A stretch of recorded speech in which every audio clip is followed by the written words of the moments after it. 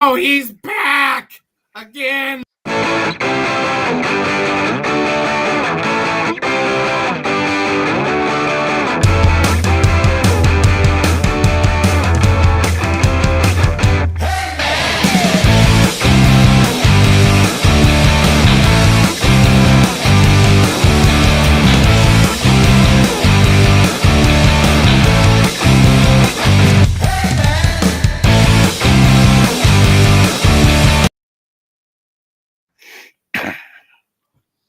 What's going on? Oh no, Mark's here.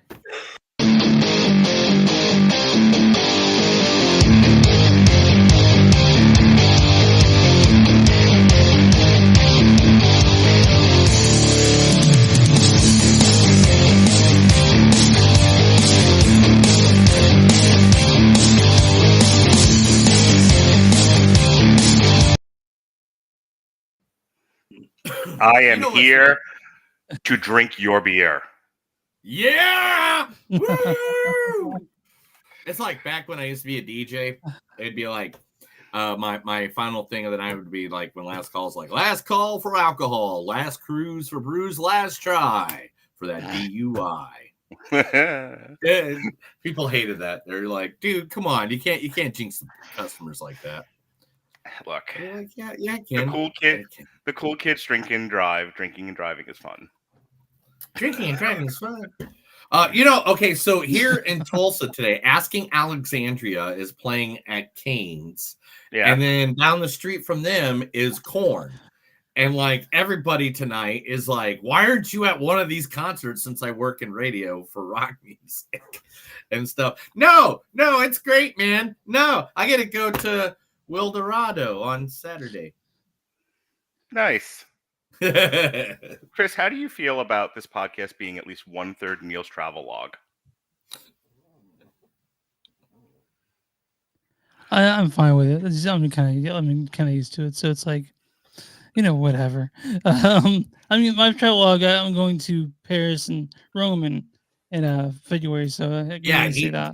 It was his travel log before I met like certain friends of mine and my job got cool. Like his travel log for the longest time where he's talking, oh, I went to the Great Wall of China. Oh, I slept with prostitutes in the Philippines. Oh, I'm kind of jealous. It was Thailand. It's Thailand. I'm Thailand. I'm sorry, I got that wrong. But before Japan. We get into this, but you've been to Thailand, Chris? Yeah, but I went to Chiang Mai to go Bangkok. Oh, Chiang Mai. All right. You don't have to do it on the podcast, but after the podcast, can you tell me how many hookers you slept with and what genders they were? Absolutely. Oh, okay. How many bricks on the Great Wall of China? Is like that's the same question, you know? Okay, so same out, yeah. Guys, before we jump into doing the podcast and something like that, I have noticed something, and Chris, you are off. Yeah, by like 30 minutes. It's a really bad delay. It's really bad delay. And your camera right now looks like a camera from like literally Microsoft Word, like back in the day when you used to put the AOL. It kind of looks like when I would watch like scrambled porn. So I'll tell my anecdote while we're waiting for him to get his fucking technology together. Sure. So I've never been to Thailand. The ex-wife went to Thailand, but she lived in Japan for a little while, so they sort of toured all over East Asia. But my college thesis, at least one attempt at a college thesis, was on child prostitution in Thailand. Oh, wow. And yeah, I ended up changing it to something That's a deep else. Subject, bro. Yeah, I went like all in on like child trafficking research and child prostitution research. And so I was in my public library in Long Island, New York, and the librarian's like, trying to help me. I'm a college student, and I'm like, I need I need literature on the subject. I need to check out some books, and I need to do research here for my paper. And he was like, what are you doing? And I'm like, it's on child prostitution in Thailand. And he was like, come with me. And he's like, you want this, you want this, you want this. And he was like, have you ever been to Thailand? And I'm like, no, it actually started because of a Batman novel that I had read where, like whatever case he had been working on, like led to him going to Thailand. to deal with like child prostitution. It was like a Batman novel. Yeah, it was pretty good.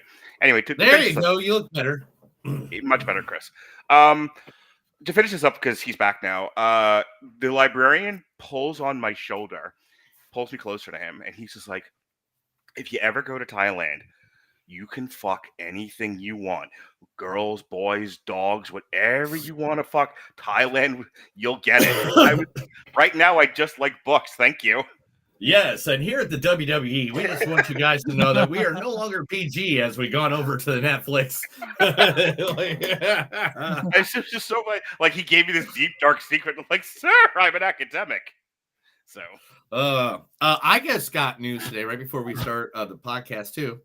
I just got news today that it's row 5 I will be sitting in this year at WrestleMania 41. It's the one in Vegas, right? Yep. Good for you, man. But I know. So like it's in April. I don't know. April. I don't know. I can look it up. It's in April. It's so far out of my shoot right now. I just want to make sure. I want to see if it's the same week. Why, you gonna go to Vegas? You gonna go hang out in Vegas? We got plenty of rooms. I'll let you sleep in my room, bro. I don't give a shit. Like anybody that wants to come to Vegas that just wants to hang out, I'll let them sleep in my room with me. I do not give a shit because this mansion is so big. It's got like, it's weird. It's nuts. I have tickets to Metallica. In Tampa. At the Sphere? Oh, no. No, in Tampa at Raymond James Stadium, assuming we don't have COVID or a hurricane in June. But yeah, so for Christmas and my birthday, I kind of guilted my parents into getting me both nights because Metallica's got the like 2-night tour they've been doing for the last 2 years. This is year 3 of this. They're finally I was at it in Arlington. Okay, well they're bringing it to Tampa finally. So I think I want to take one kid on the night that's Ice Nine Kills and take the other kid on the night that it's Pantera. The Pantera is okay just because it's good because Zach Wilde. Mm-hmm. The Ice Nine Kills though, man. To be honest, out of the 2 nights, that was the opener that like just knocked it right out of the damn park. Like nice. Ice Nine Kills knew what the job was, and the job was to rock so much ass. Rock the fuck out. Mm-hmm. All right. Now we got to come up with a good bumper so we can open this up. Let's see here. You don't want to use my bumper about being able to sleep with boys, girls, and dogs in Thailand?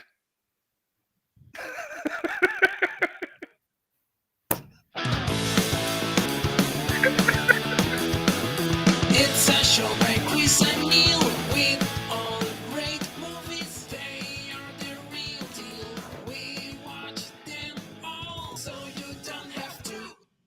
It's movies that don't suck and some that do. Ladies and gentlemen, boys and girls, listeners of all ages, it is a new episode of Movies That Don't Suck and Some Do. My name is Neil. And I'm Chris. And I'm Mark. Wow. And he's Mark. You're way off again, bro. Like, I don't know what is going off. I have no idea what's going on with your side, bro, but you are way off. Is he not way off again? It's slightly better than it was before. Yeah. Okay. We'll give you that. I'll just restart my fucking computer. How about that? You guys talk. Oh my gosh. All right. Then we'll restart. Or you just restart it all over when you get back. All right. Come on. Hurry up. This is going to end up being me and you just telling stories.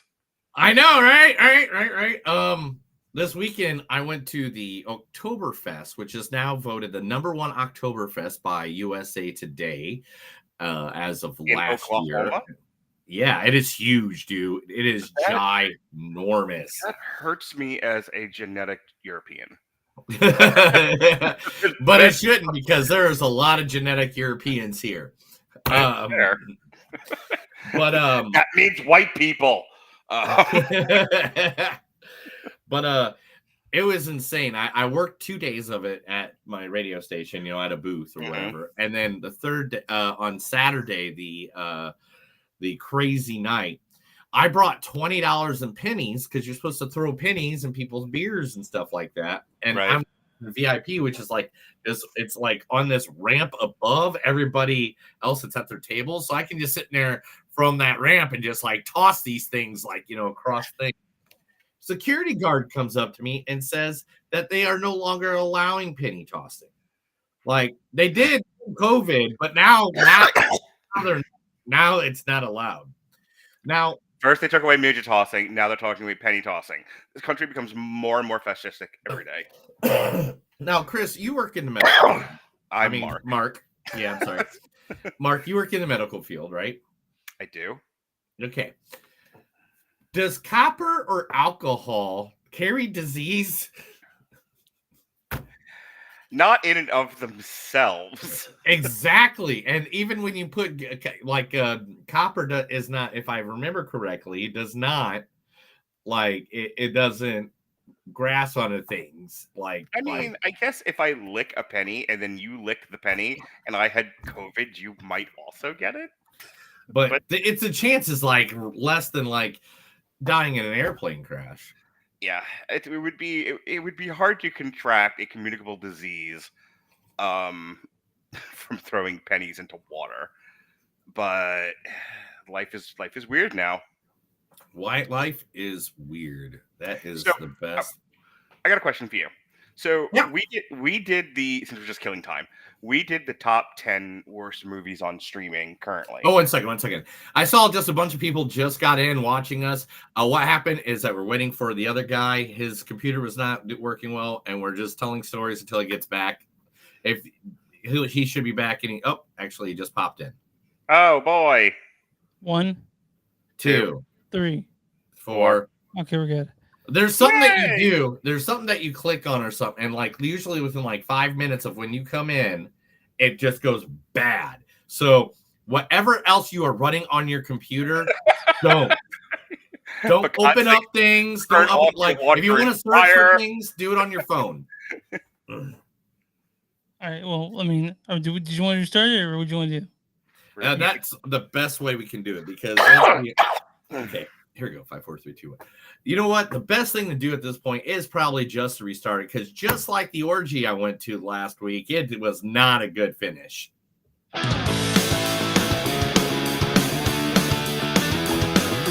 It's a show by Chris and Neil with all great movies. They are the real deal. We watch them all, so you don't have to. It's movies that don't suck and some that do. Ladies and gentlemen, boys and girls, listeners of all ages, this is a new episode of Movies Don't Suck and Some Do. My name's Neil. I'm fucking Chris. And he's fucking Chris. Wow. I'm glad this is a video. I'm glad on the video we're 12 minutes off because if we were on any platform, we would have totally got kicked off right away. So I'm glad we're 12 minutes in because it's 5 minutes in, I think it is. I'm Neil and I'm Chris and I'm pissed off. And by the way, Mark's here with us today, guys. Mark, hi. Introduce yourself. I'm Mark. And every time I see Mark, I look him right in his eyes and I can only say one thing. Oh, hi, Mark. Nope. Oh, sorry. I will fuck you, all right? I will enter you. Yeah! I can't tell you how many times both things have been said to me at work. Whoa, man. And if you guys don't know, he worked. Never mind. I was going to make it bad. I work in a correctional facility. Let's just say that.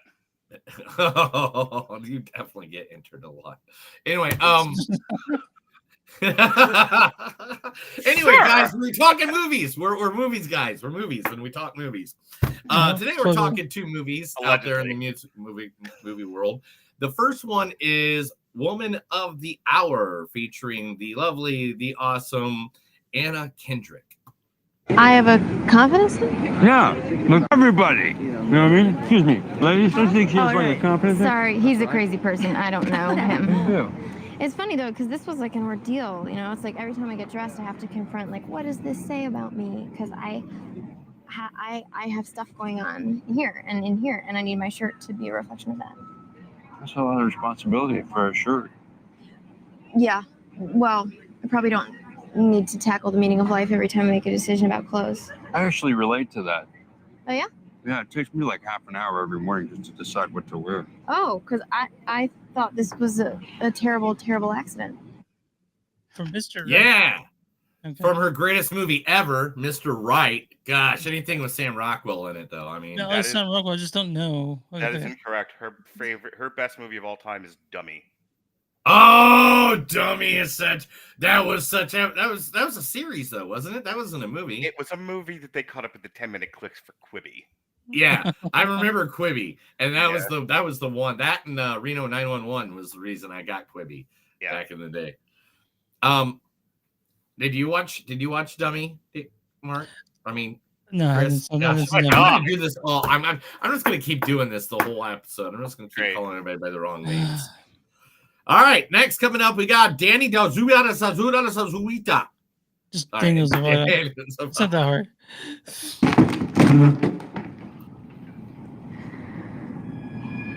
Who's there?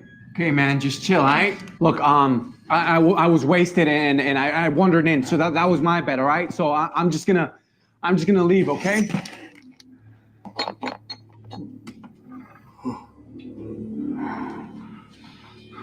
Stay right there. Don't you move. Yeah, that's right. I know what's in there, and I ain't leaving without it. You got me? Now you do as I say, all right? Well, do you hear me or what? I said stop. Don't you move.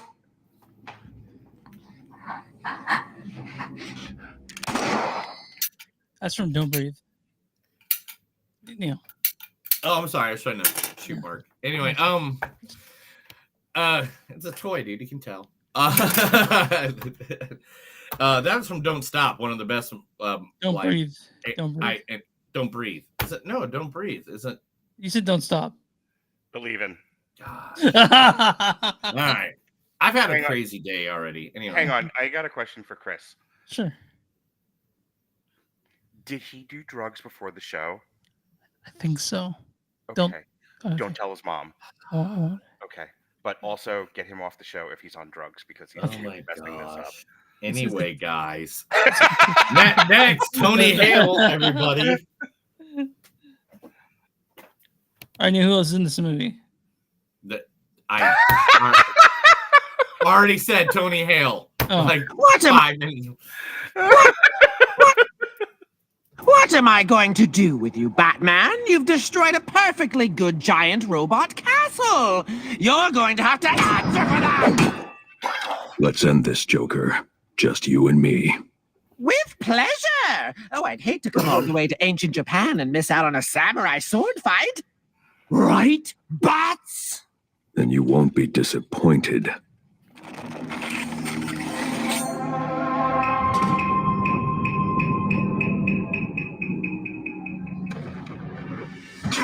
Not too bad, making all of my dreams come true. Happy to help. Ooh, don't tease.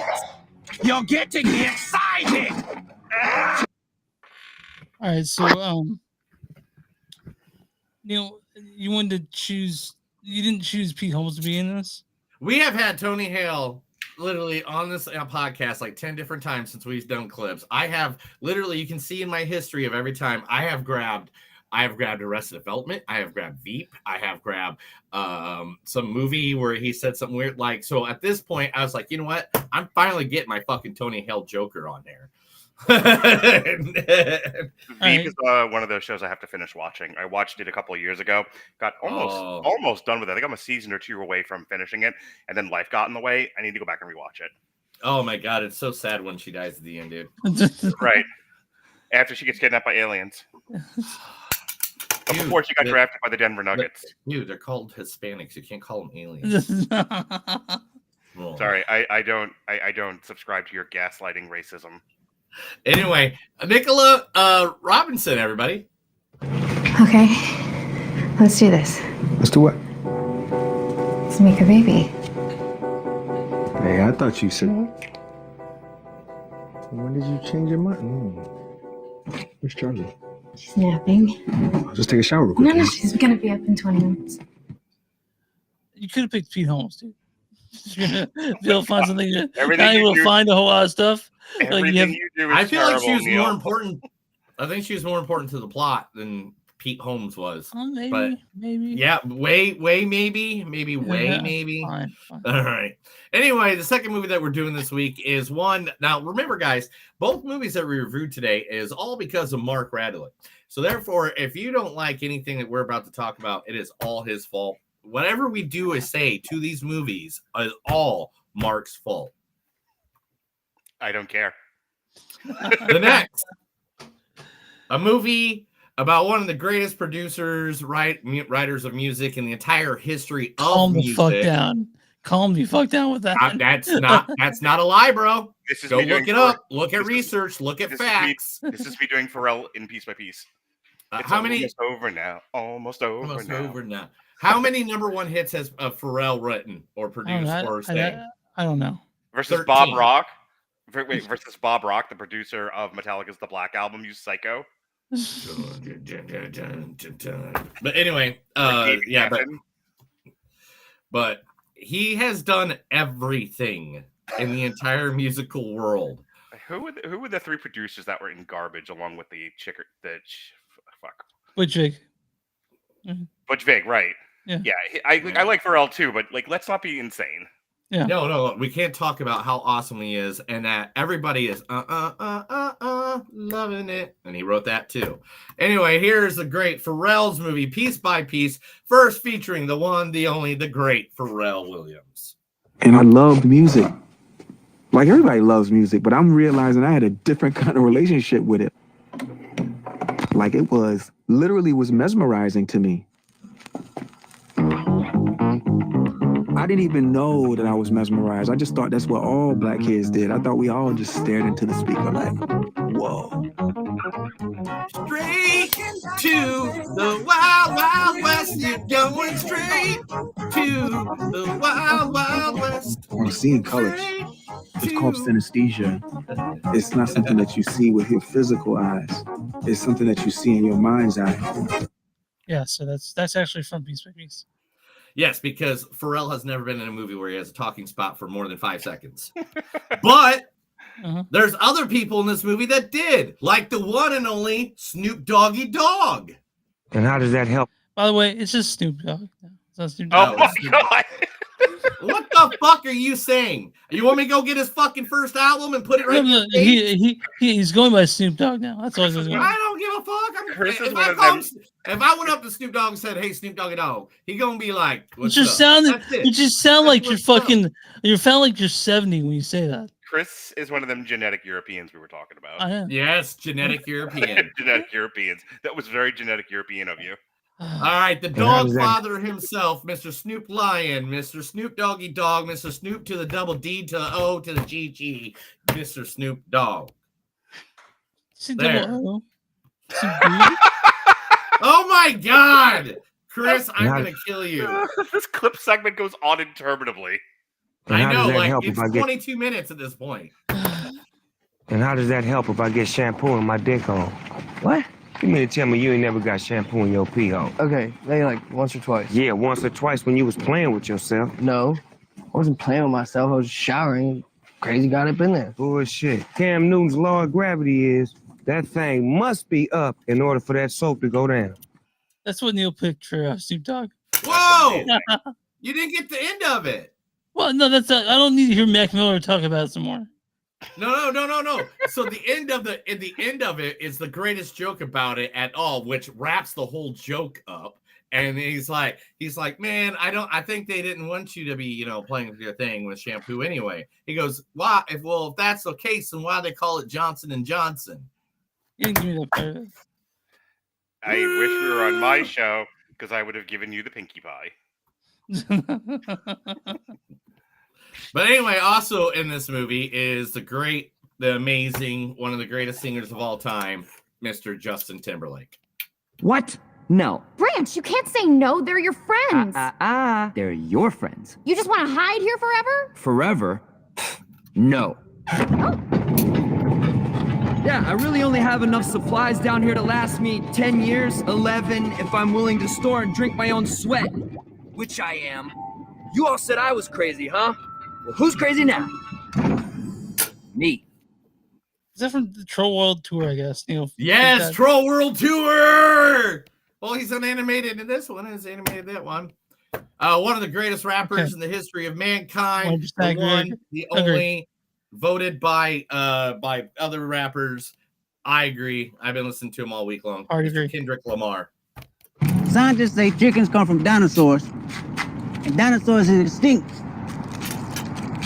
So it's like I'm eating on some type of mythological creature or something, right? Which is why I ain't even sweating this chicken. Although veganism is close to my heart.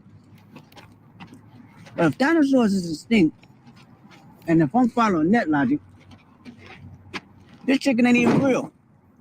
None of this shit is real. None of it. I promise you that. You vegan? I tried. But they said I couldn't eat pussy, so I quit. Fuck that. Yeah, I don't know what that's from, but it's great. It's great. That's from Power. It's from Okay, Power, sorry. the show Power. And last but not least, one of my favorite rappers of all time, a guy who's always got me in the mood to keep my head thinking, the one, the only, Mr. Busta Rhymes. Oh, shit, man. Charlie, where the fuck you been at, man? Don't you know we've been looking all over this motherfucker for you? And why the hell you dressed like me anyway? I ain't paying you to be Michael Myers. I'm playing Michael Myers. If them kids come around and see us dressed up in the same shit, you're gonna ruin the whole effect. Ah, damn it. The hell is wrong with you? I said, what you looking at me like that for? Huh? You don't get it? You don't get it? Your shit ain't waking up there or something? That's from show, right? No, that's Halloween Resurrection. Okay, and I have to Resurrection. tell you, so a couple years ago we did an on trial for Halloween. One second. And guys, those are all the people from Piece by Piece is the movie we'll be reviewing. All right, and Mark, go.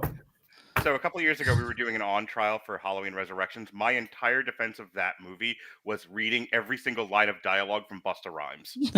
Nice! In my best Busta Rhymes voice. It's a quality segment, let me tell you. Well, when I went to the IMDb page, and like the first people were like who they were, I was like, I know exactly what. Like, this is the quickest it has taken me to grab quick clips. There's only one other clip you could have possibly grabbed of his, and it's his nonsense from Higher Learning. Oh man, I didn't even think about Higher Learning. I What are haven't you seen two that movie doing? in a Plotting? decade. Yeah, we're plotting to steal. I haven't seen Higher Learning in a minute. All right, Chris, tell everybody where they can find us. Find us on movies.net. We're at facebook.com/podcast. We're at X and GS Podcast. We're on Instagram GS Podcast. We're hold on a second. We're at www.net.com. www.net.com. Find us on a bunch of the podcast. We're on patreon.com/suck. We're on bonfire.com/suck, and some of the you find our stuff there. Go to Blackwood Dash Productions TeePublic. You'll find our shirt there and stuff Neil's made. And where you find podcasts on News and Suck and something new. Mark, why don't you give your detail real quick? W2mnet.com is the landing page. W2M Network is where you find all our YouTube stuff, where we are currently streaming this nonsense live. You can also see I am at Mark Radulich on TikTok, where I cut clips of this show, that show, and every other show. Also show fun stuff of my kids, concerts that I go to, etc., etc. My son is going to play D&D, I think, a week from Friday, and he wants me to film it and put that shit on TikTok. Yeah, do it. Nice! Because it's D&D. That's right. You can find all my podcasts in the audio form in which God intended them to be on Radulich Broadcasting Network, Apple Podcasts, Spotify, or wherever you stick podcasts in your ear hole. All right, Neil, who are we talking today? Today, we're going to be talking about a good local bar in Bartlesville, Oklahoma. Bartlesville, Oklahoma. Yes, it's called Ribby's. Look at that. Arcade and Bistro. It looks like a cool nightclub on the outside, but no, it is the center for all that is geekiness. It is all arcade games, pinball games, all the above. Every corner of this place has pinball. Look, even the bathrooms are cool. Like, look, there's a room called the Moon Room where it's only 21 and over. You can go back and you can play all old Nintendo systems and stuff like that and sit there and hang out with your buddies. This place is just packed to the rim. If you can see, every place they could, they put a video game in every spot. Not only that, these guys have some of the best cocktails. Look at that Bloody Mary. Do you not want it? I want 3 of them right now. And look how many shrimp you get with that. 1, 2, 3, like on one Bloody Mary. But here's a packed out house. They also have, this is the s'mores. Oh, look at that. The s'mores. Oh, I need to drive over there right now. Look at it. Oh, this is how you guys feel every time. Oh, yeah. And they are the official Community's Choice Awards for the best hamburger in Oklahoma. Yeah. Woo. Street tacos and everything. It's called Remy's Night Arcade and Bistro. It is in Bartlesville, located at 622 Southeast Frank Phillips Boulevard, Bartlesville, Oklahoma 74007. If you're ever around, just go to remysarcade.com, or you can go to their Facebook, which is facebook.com/Remy's Arcade. Okay. You guys already talking movies? It's 7 minutes in. Let's do it. Yeah, let's talk 5 minutes into it. Why not? Let's talk Woman of the Hour, directed by Anna Kendrick and written by Ian McDonald. This stars Anna Kendrick as Cheryl. Yeah, just Cheryl, yes. Wrong one. I have a confidence thing? Yeah, look, everybody. It also stars Daniel Zavato as Rodney.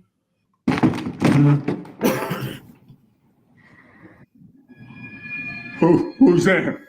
Okay, man, just chill, all right? Tony Hale as Ed. What am I going to do with you, Batman? Nicole Robertson as Laura. Okay, let's do this. Also stars Pete Holmes as Terry, Autumn Best as Amy, Catherine Gallagher as Charlie, and Kelly Jackal as Sarah. Neil, read the storyline for Woman of the Hour. Woman of the Hour is based on the stranger than fiction true story of Cheryl Bradshaw and Rodney Alcala. Bradshaw was a bachelorette on the hit 70s show's TV matching show, The Dating Game, and chose handsome and funny bachelor number 3, Rodney Alcala, but behind Alcala's charming facade was a deadly secret. He was a psychopathic serial killer. Can I take a minute to praise Anna Kendrick? Dude, she's better than great. I'll tell you why. Because I think Anna Kendrick gets kind of a raw deal. Like, I think most people, like, they just know her as the Pitch Perfect girl. When I'm gone, you're gonna miss me when I'm gone. Anna Kendrick has a girl next door sort of presentation, so I think she also gets written off because she's neither the hottest babe nor, she's not any one of these things. She's not like a gritty, action kind of roll in the dirt actress like a Charlize Theron, and then she doesn't have like the presence of like a Kate Blanchett, and again, nor is she like a one any number of smoking hot chicks out there. So I think Anna Kendrick is just lumped in with, yeah, she's a pretty girl. Here's the thing, she's super talented. Everything she does is fucking gold. Like, I don't think you could name 5 bad things she's been in. You can maybe name 5 things you didn't like personally, but can you seriously think about, like, when you look at her catalog of things that she's either written or acted in or, had a shot of producing, whatever she's touched, it's all magic.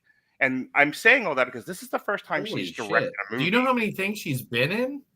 A lot. That's why I'm saying this. A lot.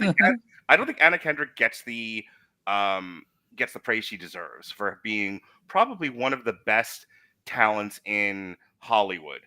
I don't think this is like a well-known negative story about her, like being, like this idiot from Wicked that's making all kinds of trouble, or Rachel Zegler, that kind, or Brie Larson. Like, she's not twatty in any kind of way. My point is, this is her directorial debut, and is Woman of the Hour the best movie I've ever seen? No, but I think as a director, as a first-time director, she knocked this out of the park. Yes. Yeah, it's 100%. It's solid all the way through when it comes to directing. It feels like a movie, it doesn't feel like a TV movie. I think I'd really like to see what she does. More of this. I want to see more. Anything that she puts her name on, I'm interested in, because I think she has she's one of those rare talents that her presence elevates the material. Yeah, for sure. All right. And I got one major complaint about this freaking movie, and let me start off right here. Let me just start right here. All right. Yeah.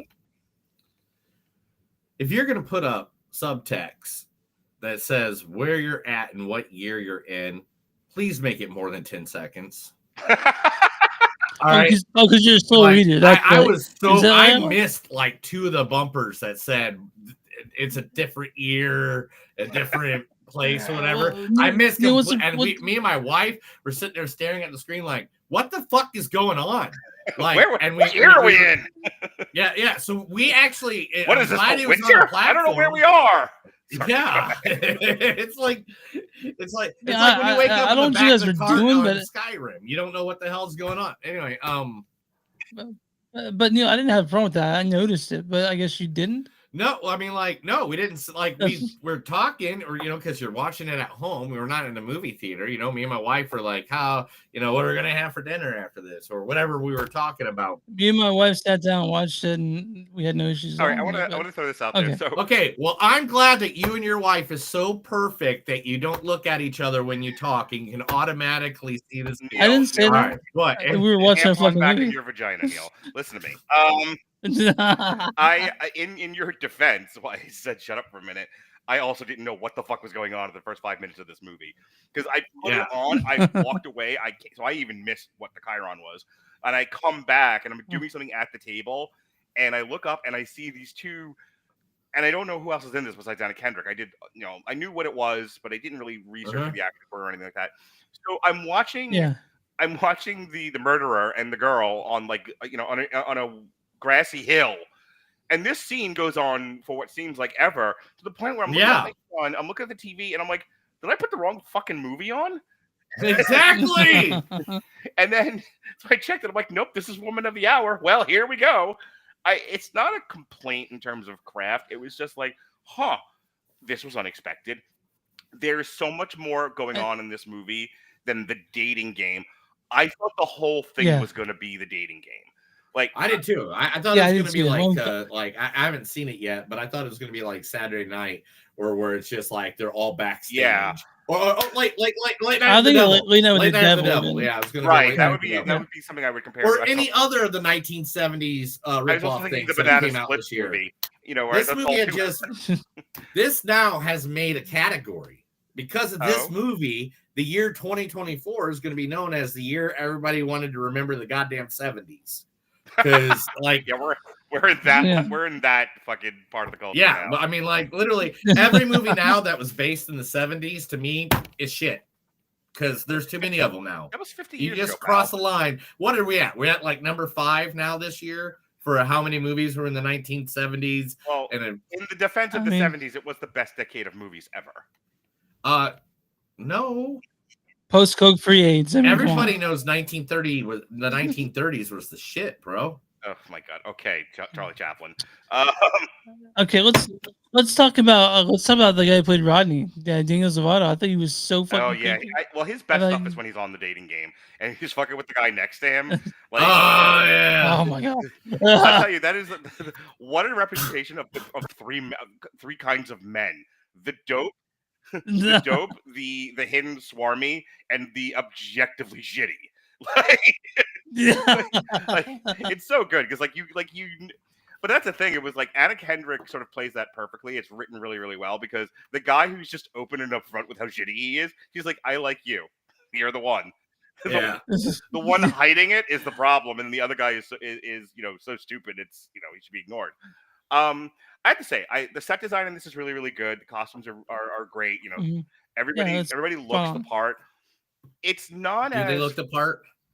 I mean, if you're going historically, I mean, that's the lady that the Anna Kendrick is the actual outfits they're wearing, the hair. That's the guy that he's playing. I like that you had this all set up, Neil. Thanks, Your Honor. Of course, I have hundreds of pictures of this movie just laying around in here. Yeah, of course. But anyway, no, I agree with you on that. Go ahead, continue your thought. I was just laughing with you. I would tell you that my only like craft criticisms are it drags in places. It's got some pacing issues. I think Anna Kendrick does a nice turn on stage where, you know, the girl tells her like, just have fun, don't worry about it, and she becomes kind of an asshole. And that's like the most fun the movie has. Not that this is a fun movie to begin with, but like I think you watch this because if you've watched like the Zac Efron movie where he plays like Ted Bundy or any one of these movies about a serial killer, you're waiting for the good stuff, and the good stuff in this movie isn't murders or anything like that. It's when she turns on the guys live on air, and Tony Hale's like sweating and like, I'm gonna kill this woman. That's the good stuff of this movie. It takes a really long time to get there, and I wanted more of it, but there was only so much they could do with it, and I understand that. The rest of it, there's a really great tense scene where he tries to corner her at the car, and she is saved by the fact that people come out of the studio. Oh God! And that's the only other part of the movie where I really felt a lot of tension and a reason to sit here and watch this movie, other than general interest in the topic or in the actors. So that's really all I have to add about this. I'm not sad that I watched it or anything. I think it's a solid 2 for me on a 3-point scale. I don't know if you guys do scales here or not, but I do a 1 to 3 rating system where 1. No, listen to me, because I don't think you guys do scales here or rate things. So 1 will make my top 10, 2 is solidly in the middle, and 3 will make my bottom 5. This is a solid. That's I think you guys should adopt a rating system. At any time, kick me off the podcast, Neil. I'll understand. So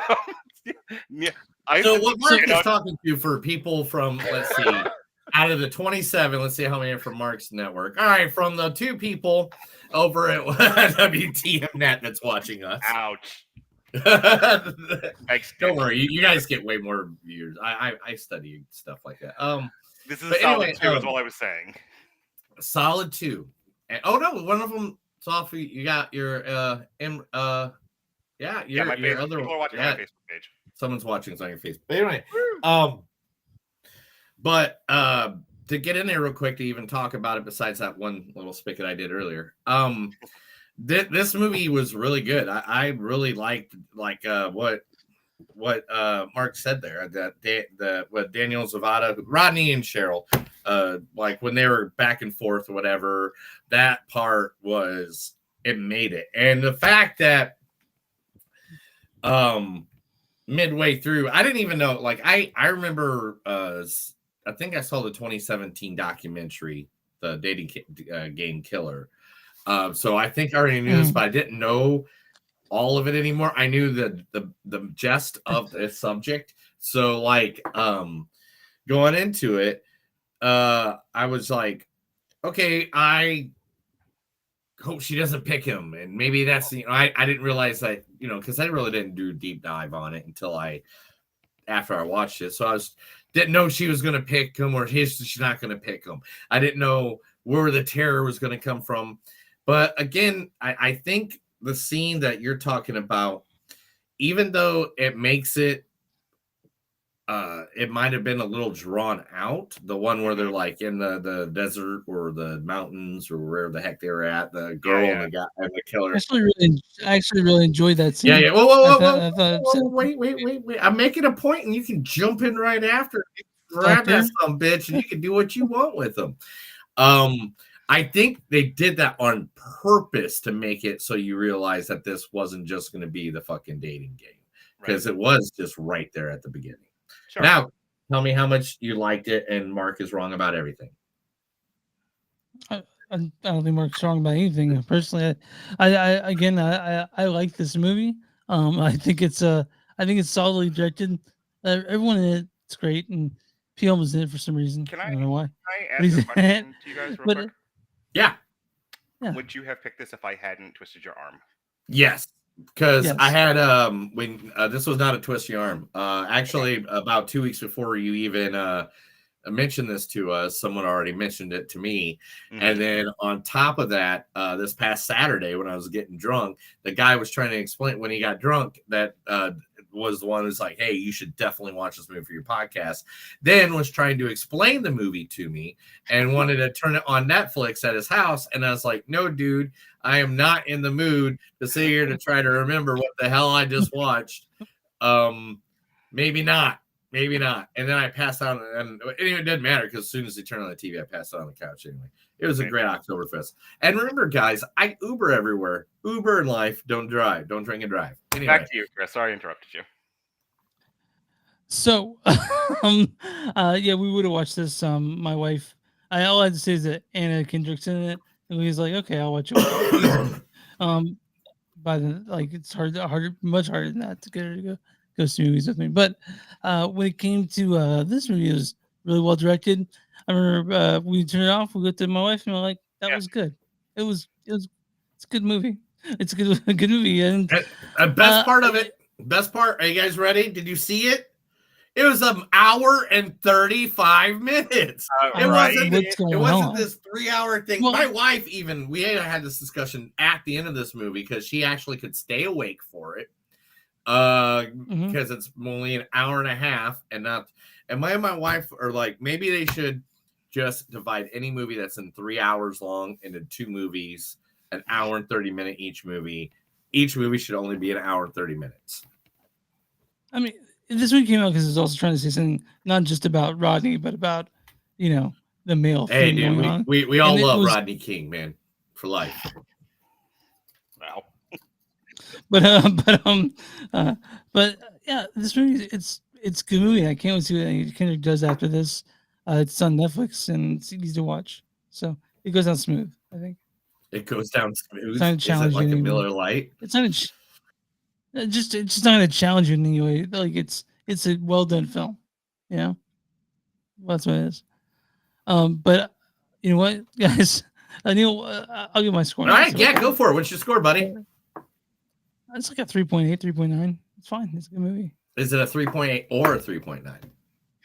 Yeah, it's hovering, dude. It'll probably change by the end of the year. I have a spreadsheet going here, man. I got to keep these on here so we can add them up at the end. And then when you tell me what your top 10 are for this year, I can compare them to like these other ones that you said all season. You're gonna be seeing Venom next week. Please. I have not. I've never. No, I don't have the time or the patience. You know me. I can barely look at a screen for more than 2 hours without going, what's over here? Ooh, squirrel. What's your score? Anyway, my score on this one would probably be. I'll give it a good 4. You know what? I'm going to give Anna Kendrick her 4 for her first directorial debut because since it is a first-time director, how many times do you see a first-time director knock a movie out of the park? Like, because it was good, it was great. I mean, by any means, you'll probably have to remind me I watch it in a year or two, but as soon as you do, I'll be like, oh, and then I'll probably go and watch it right away, like when I go to bed that night or something, turn it on because I'll be like, oh, I totally forgot about that movie. But it was a good movie. But yeah, I love the 70s too. Oh, okay. All right. Mark gives it a scale of 2, 1 and 3, 3.9 for me, 3.4 for me for Neil on the Neil suck scale. I'm not sure as a calm Neil. What's the audience score for Woman of the Hour? Ooh, the audience gave this an 82%. They gave it 68%. What the fuck? I could see They're that. a bunch of bitches. If I could speak for the trees for just a moment. Yeah. Nobody gets killed in this. Yeah. There were no like vicious strangling jobs. People I are didn't really even think wanting. about- I didn't even think about that. It Look, was the whole Alfred Hitchcock thing where you talk about it or you kind of show some of it. I think they wanted, that one lady got killed, didn't she? The one in the I don't know how. I don't remember how graphic anyway. it is. But I think more so like they wanted I always thought this be more about like the killing and they didn't That's really care what I'm about. saying. If nobody watches like the true crime stuff for the relationship issues. And this And is a what lot happens. of, and that's the thing is, I think what Anna Kendrick definitely did with this movie was balance the true crime nature of it with a lot of the gender politics of that time. And it was good. It's done well. without being twatty or preachy, which I think is really where she hit the home run. Yeah. However, that's me who likes who likes watching clips of the newsroom on TikTok. The average true crime person wants to see handsome men kill people, or beleaguered women kill men. That's what they're wanting. Let's watch Snapped. Yeah. And remember, guys, everybody that's watching out there, there's a lot of you right now. If you guys want to be part of the conversation, join in the chat, type something. If you think Mark's wrong, if I'm wrong, if Chris is wrong, let us know, man. Yell at us. Let us know in the chat area. Yeah, anyway, continue. I'm wrong. I'll absolutely send a well check of police to your house because you're clearly needing it. When you get swatted. I'm so smart. What's the critic score for When They Are, Neil? Critic score is going to be 73%. 91% certified. I fucking knew it. Holy shit! I Are you knew it. serious? Yeah. All right. I like Anna Kendrick. I like this movie. 91%. Well, no, listen. The part I said about gender politics. That's why. Neil, listen. It's not how much they liked it. Is they liked it or didn't? Keep that in mind. It's the amount of people that liked it. Yeah, it's not like positive. And I would say, like I said, the critics are looking for movies that validate their point of view. And this was a very girl power kind of movie. So the critics, so if you're a guy, you're giving this a favorable review because you don't want to be ostracized. And if you're a girl, you're giving this a favorable review because you're a girl. Yeah. It's not that hard. Chris Consensus is definitely directed by star Anna Kendrick. Women They Are uses incredible true story as the foundation for a powerful examination of the intersection between systemic misogyny and violence. So, yeah. There you go. Yeah. And I guarantee you this got inflated high scores because of that alone. Yep. Okay, so this is from Bill Albury of New York Magazine. He says, the circular structure... The circular structure, as much as it may make thematic sense, also prevents cohesion. I don't agree with that. But that's what like I said. And this is from Robert Levin of Newsday. He says, "This is an accomplished directorial debut. Movie made with vision, smarts, and vision. 3.5 out of 4. Wow. Yeah. Women of the Hour. Tasty. On Netflix. Yes, and fucking watch it now." Well, I mean, Chris, I'm just gonna say this and it's one time, and I will fuck you. Okay. I will fuck you. All right, I will enter you. Yeah, sorry. Neil, you got news ready? You got news ready to go? You're just trying to. Man. Are you okay today, Chris? Do you need a hug? Do you need some? You need some Red Bull? I'm having a bit of vertigo today. So would you like a Sprite? I just got a big cup of Gatorade with with the Chiefs and Niners Super Bowl cup. I was from. I had Gatorade earlier. I needed soda for this podcast though. H2O. So Neil, you ready? Oh, he's got a hint. Get it? A hint of nothing. Okay. What are we doing? Oh yeah, we do news segment at this point. News. Oh, the background change. Oh, there we go. This is The Movies Don't Suck and Some of Them New. So I'm going to read stuff to these two guys, and hopefully they like it. If not, they can eat a sack of potatoes. Stop doing drugs before the podcast, Neil. Yeah, Neil. Anyway, so do we guys know the new rules for DCU canon now?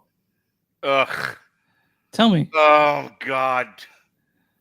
So, no, I wish I was as of on this drugs. past this past weekend, New York Comic Con, James Gunn showed up and gave a big rundown of everything coming out. The Creature Commanders is coming out on the 20th, which that's going to be amazing.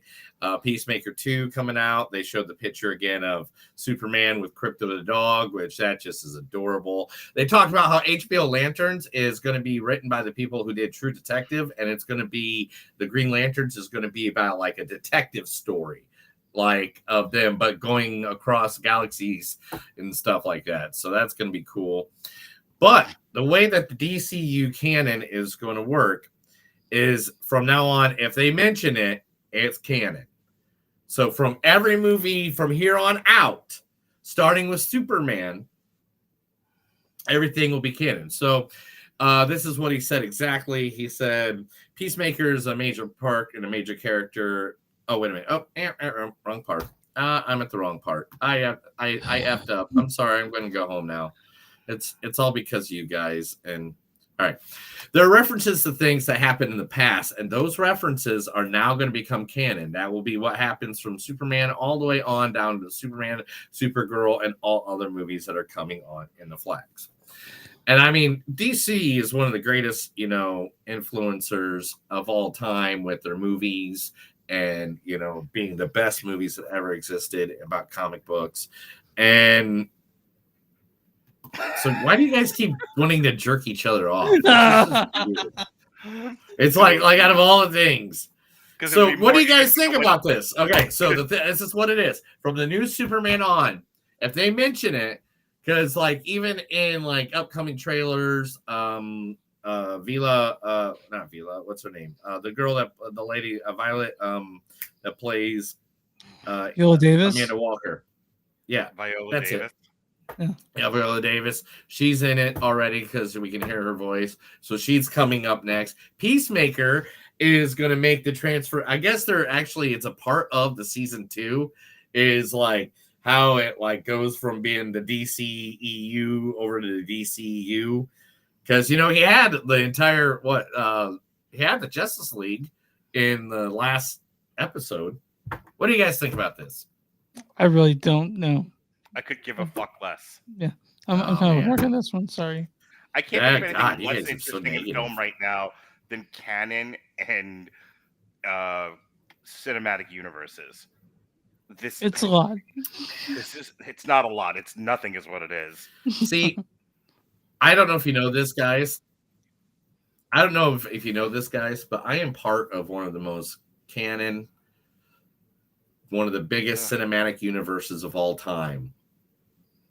All the time. At least 6 times a week I have to watch. Porky's? Yeah, that's it. That's it. It has nothing to do with that right there. So I like cinematic universes. That picture of domestic violence in the background? All right, well, then I'm going to cut. All right, whatever. I'm moving on. I will. I guess we'll pass that story. We'll pass that story. I'm never going to get invited back. I fucking tanked the entire segment. Let's see. Really I have over like 45 stories. I'm just cutting all of them out now. You already good. Not to you guys, obviously. Anyway. We're just waiting. Feed us. Yeah. So anyway, you guys ever heard of a place called Alamo Drafthouse? Yeah, absolutely. Been there. Alamo Drafthouse was one of me and Chris's favorite theaters of all time. Me and him used to go to them all the time in the Kansas City area before they during the COVID time. COVID closed it down. Yeah. So at this point.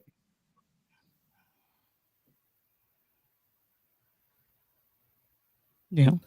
All right. At this point, Chris, you're off. You're off on timing again, so just be careful. Anyway, at this point, on October 30th, the movie A24's Herrick, the new movie with the lovely Hugh. Neil, it's Heretic, by the way. All right, you're gonna have to come in and come out, bro. You're out again. And it just sounds really bad. Just hurry up and do it. Just hurry up, do it quick. Just refresh. Just do it. Do it. Just do it. Just do it. Just do it. Just do it. Just do it. Just do it. Just do it. Go do it before I'm we gonna- do it. Who knew it? If he could do it, we would sue it. I keep thinking that picture of Randy Savage is about to smack the shit out of Elizabeth. Like, and it's a poster, so I don't know why I think it's animated. But No, it's a every time I look at it, 1984. like he's winding up to backhand her. Stop sleeping with Hogan. Smack. Oh yeah. I mean, at this point, I think Hogan slept with Elizabeth. I'm on Macho Man's side. Neil, by the way, the movie's called Heretic. Yeah, no, I know. Thank you. You told us 15 minutes after I said the name. No, I waited until you were done with the sentence. I waited for a pause, and I was like, Heretic. I'm like, Heretic. I'm like, oh, Heretic. Okay. Heretic. All right. So the movie Heretic. Heretic. Got it. A24's Heretic is doing one of the first in a long time 4D experiences at the Alamo Drafthouse. If you can, on October 26th, you literally will be able to feel everything. The ground will shake. They'll blow out mist and smoke and all that. It's going to be a 4D experience. So if I love this kind of idea, and remember earlier this year we were talking that they're going to get, like, the movie industry is about to put $5 billion into theaters to do this kind of experience. Are you guys a fan of the 4D experience, or do you rather just sit in a dark room watching a screen? I like it. It's just that I don't need for every movie. Yeah. I'll answer it this way. I've said for years, and I've been in agreement with those who have said the same thing. Theaters have to start offering experiences. They have to make events because you can't draw a crowd for much anymore. Very rarely does, you get the occasional like Deadpool and Wolverine or Inside Out 2, that draws huge numbers. But for the most part, all year round, theaters are struggling, and we're going to lose them if we don't use them. So, but it's hard to convince people to leave their homes and watch movies on the big screen when they can watch them on their their giant flat screens at home. So in order to get people to come out, you have to create experiences. So whether it's 40K or something else, I'm all for those things. Yeah, to get people out of the house to go to the theater, the thing that we love still. It's yeah. I love the old If I have to live in a world of all direct to Netflix movies, I'm gonna quit watching movies, especially after what I had to go through this past Monday. Jesus Christ! Oh yeah. I saw that. Ugh. All right, let's see here. So I went through the 37 news stories where you guys were talking. I went through the 37 news stories I had, and I took out anything that had anything to do that's a sequel, part of a cinematic universe, part of anything like that. They're all gone. So Neil's not talking about Blade. How you delay a year, right? No, but I am going to talk about the movie they put. I can't even talk about the movie they put in its place because that's in the cinematic universe too. So that one's gone. So that one's gone. That one's gone. Yeah. Nobody cares about Predator. That's not a thing. That's a cinematic universe, all right. Passive aggressive. So I know. Oh no, can't talk about Stan Lee's other comic books that are coming that have nothing to do with the Marvel. Wait a minute, it has nothing to do with the Marvel Cinematic Universe, but it's still Stan Lee writing them, so that's kind of they're not. He dead. I'll go with this one. I'll go good. So the Excalibur the Excelsior comics that Stan Lee wrote with Legible Comics is getting their own new graphic novel. They're going to do a new graphic novel with it based off of it, and on top of that, they're going to do a movie that's going to be kind of like a standalone Batman, like Tim Burton's Batman. Cool. Does Stan Lee need more movies? Obviously not. This is what I heard from two guys earlier. I can't talk about Paddington. You can talk about Paddington. No, Paddington's a cinematic universe. They have several movies that are not based on just the bear alone. Got to move on. All right. So, No, we can't talk about Prince Charming, the new live action movie coming out. I love that. Can't do that one. This might be my favorite news segment ever. Watching Neil's and we can't talk about what Christopher Nolan's new thing's going to be because he is a cinematic universe of his own, the Nolanverse. You can tell us. You can tell us next. All right, news is done. Movie. I think that's it. Everything else had something to do with Neil, something. can you calm down, dude? No, this is great. I love this. What else can we do to? We can't talk about how Alien Romulus is going to be on VHS cassette only for the first part of its release. I don't see. He almost killed himself. I don't want people to die. Star Trek Section 1 and what premiere date is? No, can't talk about that. Mike Flanagan is not going to be remaking The Exorcist, but he's just going to. Yeah, you don't want to hear about that. James Gunn's. Elijah Wood says that. Nope, that's Lord of the Rings. That's the cinematic universe too. Jesus Christ, you're right. Hang on, 1 sec. If you could stop being passive aggressive for just a second, because I'm enjoying this. But doesn't this speak to the nature of movie news that you can't find anything to talk about that isn't part of the sludge? And you know what the thing is? The best part of all this, I go to several websites. I don't just use one. Right. I go to I can even list them all. It's MovieWeb, Screen Rant, Collider, Joe Blow, the Hollywood Reporter, and I don't know, there's two other ones, whatever. But I go to several websites and I scan through their day. And of course I'm not looking at like, oh, this is what, Henry Cavill would look like if he was Galactus drawn by an art. I don't read those clip grabbers. I usually look at the news only. And so you have to understand, I went through at least 5 different websites to get these 30 stories. And I am 100% agreeant with you. I don't think a single one of them is, except for like the couple I've said, is about anything but covering sequels. Well, Christopher Nolan's new movie is not a sequel. You can talk about Christopher Nolan's new movie. It's not connected to the end of the movies. He's just a director with a body of work. You can talk about that espionage movie is coming out. No, nobody cares about Christopher Nolan. He hasn't been that. I mean, he's done one good movie. What, 2? Memento and Oppenheimer. I have news items. What news items do you got? Their Best Picture buzz is starting because for the last 2 years we've done. Fuck off. For the last 2 years, we've been doing a show where we do a survey of all the Best Picture nominees for the Oscars. And the experience of doing that has taught me. I bet I start to get on these early and start reviewing them early, or I end up having to cram, in a weekend, like 5 or 6 other, sometimes 8 Best Picture movies, and these are not, fun movies. Like you guys review Tar, right? Yeah, we talk about Tar. Yeah, I'm sure Tar was just a rocking good time for Neil. Oh my God, I wanted to die twice. Or did you guys do women talking? Because I don't remember seeing that one. Yeah, I remember seeing it, but I don't know if we talked about it. I don't think we talked about women talking. What a women bitching. Maestro was also kind of like, oh my God. We covered Maestro. I know you guys covered Maestro.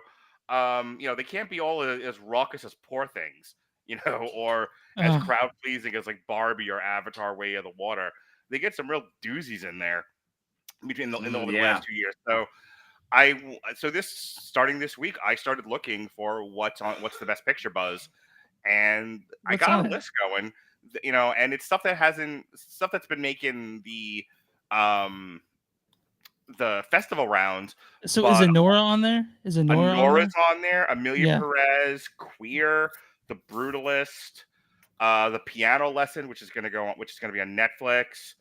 And you know what's funny? You got me all excited about The Last Showgirl. So that's on my list. But I can't wait for that one. I paired that with Anora and Amelia Perez. That's one show.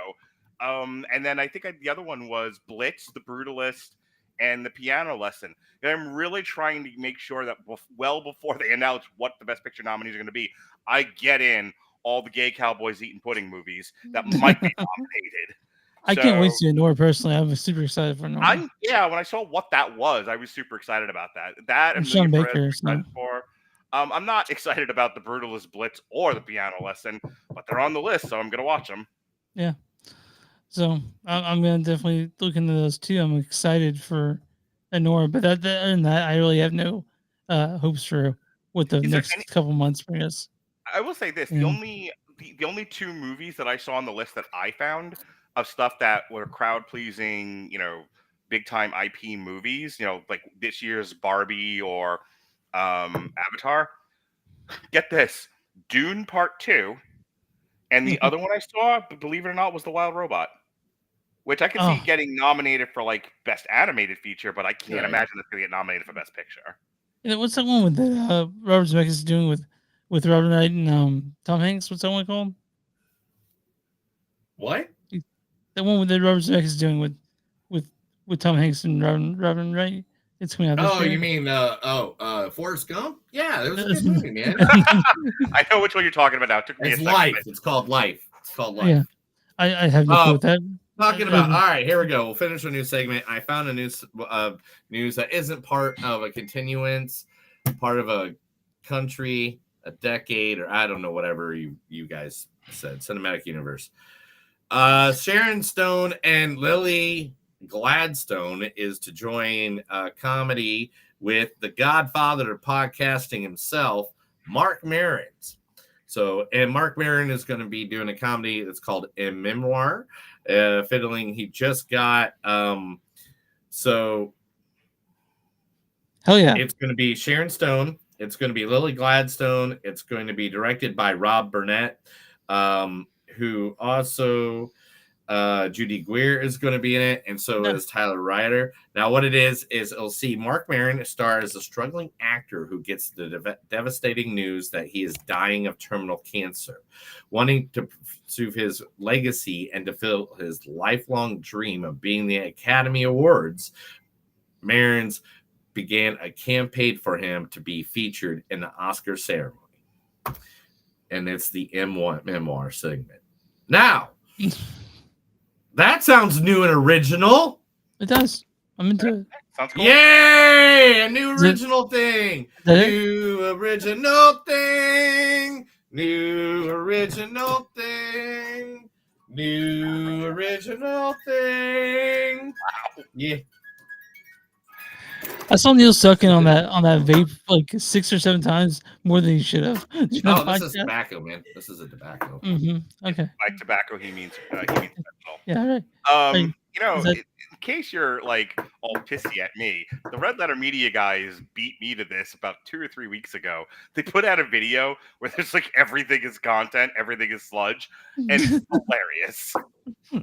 No, I 100%. No, it was very cool. It was a big eye opener just because, like, then as soon as you said that, I was just like, look, I was just playing the character there.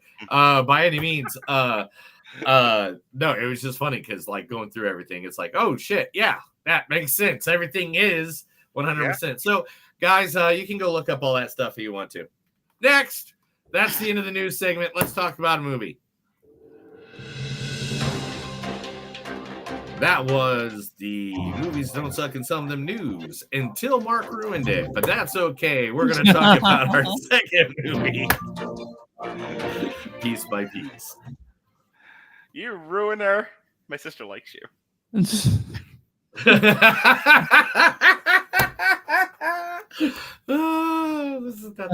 by Piece, directed by Morgan Neville. Morgan Neville directed a bunch of music documentaries before this, kind of like this one. This features Pharrell as his fucking self. And I love music. Morgan Neville's in this. Kendrick Lamar is in this. Scientists say chickens come from dinosaurs. Gwen Stefani shows up in this more than I think she should. Timbaland's in this. Snoop Dogg is in this movie. And how does that help if I get shampoo in my dick hole? Justin Timberlake's in this. What? No. Branch, you can't say no. They're your friends. They're your friends. Also, Jay-Z or So there's people call Jay-Z Jays, which is awful. Nor That's Daft Punk. Jay-Z. I know. I was joking, fucking around. Don't disrespect the Godfather of hip hop, bro. I don't want you to get killed. Yeah, in your mind. All right, Busta Rhymes is in this.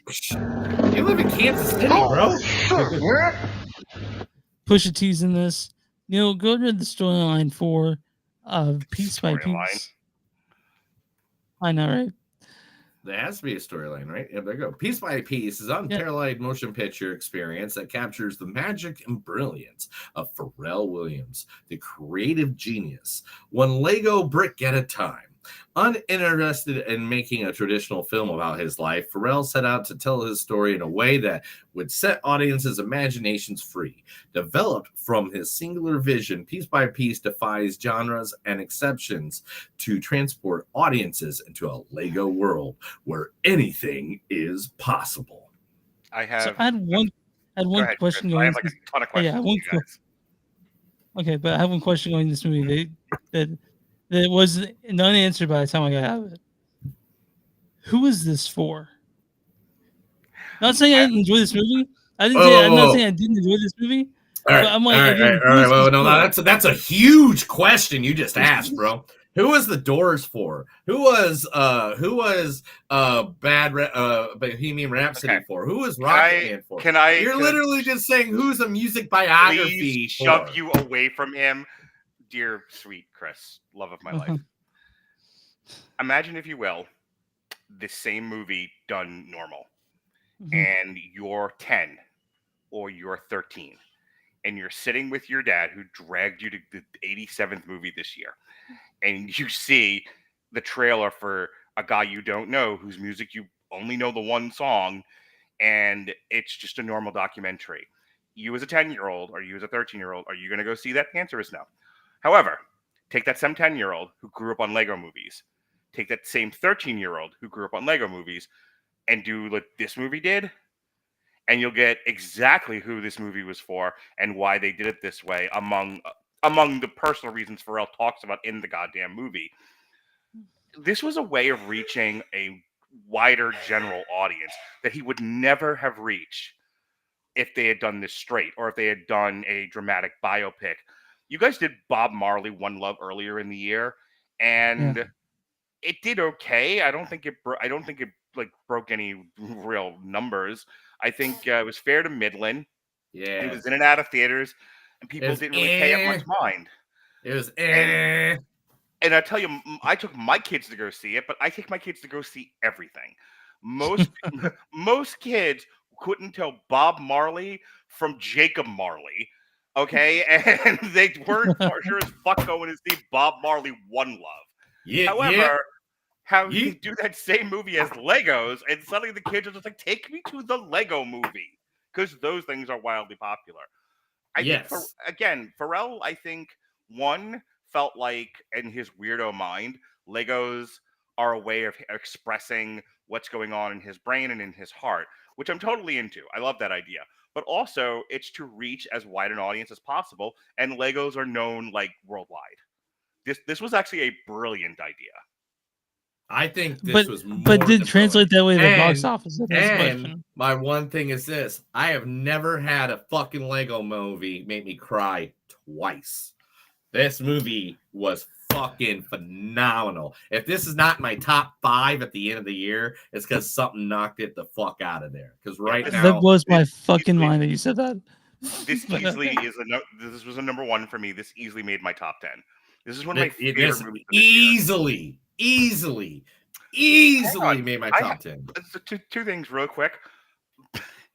I wanted to know if I hadn't twisted your arm to watch this one, would you have? Clearly, the answer is no. Clearly. Which brings me to my second question. What the fuck with you, Chris? Yeah, dude. What's wrong with you? Why are you like this movie? I would have watched anything else. This is the end of the world. This is like one of the most positive movies I've ever seen. I don't get it. Positivity, and it's just that I didn't get much out of it. I enjoyed myself, but I'm not feeling emotional to Pharrell or the whole. You know what's I think I got the question on this Oh one. God. I think I got the one that like if the way he answers this question will kind of give us a reflection on this. Okay. Chris, name one new cartoon in the last 5 years. Like, That's not a movie. Okay, I can't do that.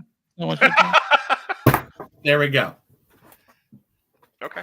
It's Chris is giving up on his inner child of watching that cartoon every now and then and just being stupid for no reason and This having isn't that stupid, though. That's different.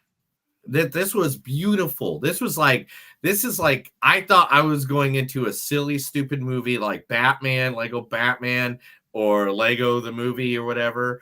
And I went in and I got touched in places in this movie. I don't know anything about Pharrell. When I was in high school, I think when high school or college, I think when Nerd came out, and I didn't know who the fuck Pharrell was or who was even in Nerd. I just know I heard lap dance probably at a strip club, knowing me, and I loved it, And I remember like my friends and I just thought lap dance was the shit. Like we would sing it, and it was sort of like naughty and goofy at the same time, and we were obsessed with that song. You can get dance for free. You can get slap dance here for free. Which is probably why I heard it at a strip club. Yeah. But also, I remember seeing a buzz clip for Rockstar on MTV.